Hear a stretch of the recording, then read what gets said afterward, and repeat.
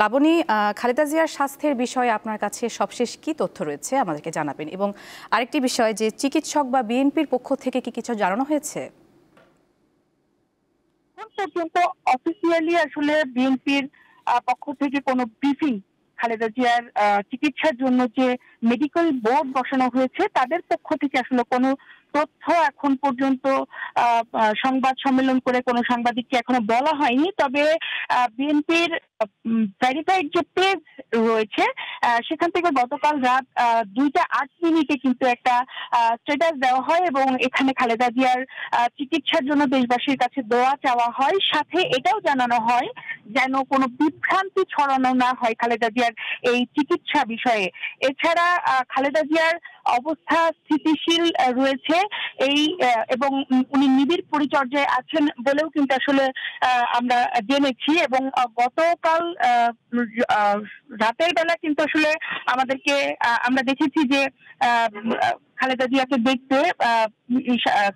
দেখতে দলের মহাসচিব সহ দলের শীর্ষস্থানীয় যে স্থায়ী কমিটির সদস্যরা রয়েছেন তারা কিন্তু অনেকেই গিয়েছেন এবং মির্জা আব্বাস দলের স্থায়ী কমিটির সদস্য কিন্তু বের হয়ে সাংবাদিকদের সাথে গতকালকে কথা বলেছেন এবং বলেছেন যে ওয়ালটন এখন দেশের সীমানা পেরিয়ে পৌঁছে গিয়েছে 50টিরও বেশি দেশে।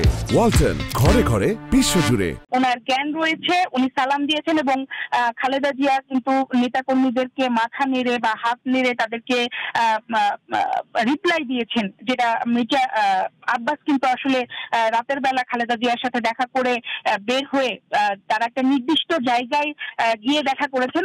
তার ভেতরে সিসিতে করোনারি ইউনিটে রয়েছেন, এখন করোনারি কেয়ার ইউনিটে খালেদা জিয়া রয়েছেন, সেখানে ভেতরে প্রবেশ করতে পারেননি, কিন্তু বাইরে থেকে আসলে তারা দেখা করেছেন এবং তার নেত্রীর সাথে, এবং তার নেত্রী হাত নেড়ে তাদেরকে রিপ্লাই দিয়েছেন। এই বিষয়টি কিন্তু আব্বাস আমাদেরকে গতকাল রাতে কিন্তু সংবাদ মাধ্যমে জানিয়েছেন।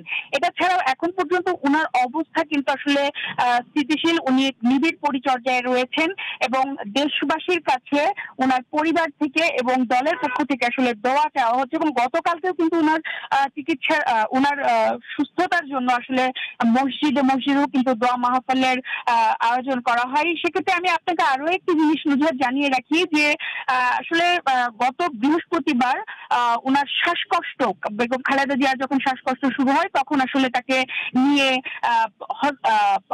রাজধানীর একটি হাসপাতালে আসলে ভর্তি করানো হয় এবং এরপরে আসলে তার অবস্থা কিন্তু আসলে উন্নতি হয়নি। বাট জানানো হয়েছে, মিডিয়া থেকে জানানো হয়েছে যে স্থিতিশীল রয়েছে। এখন পর্যন্ত কিন্তু এই বিএনপি মিডিয়া সেলের পক্ষ থেকে কিন্তু আসলে জানানো হয়েছে যে তার অবস্থা কিন্তু স্থিতিশীল রয়েছে। তারা দেশবাসীর কাছে খালেদা জিয়ার জন্য দোয়া চেয়েছেন। বুঝলেন, আমার কাছে খালেদা জিয়ার শারীরিক অবস্থার এই ছিল সর্বশেষ পরিস্থিতি।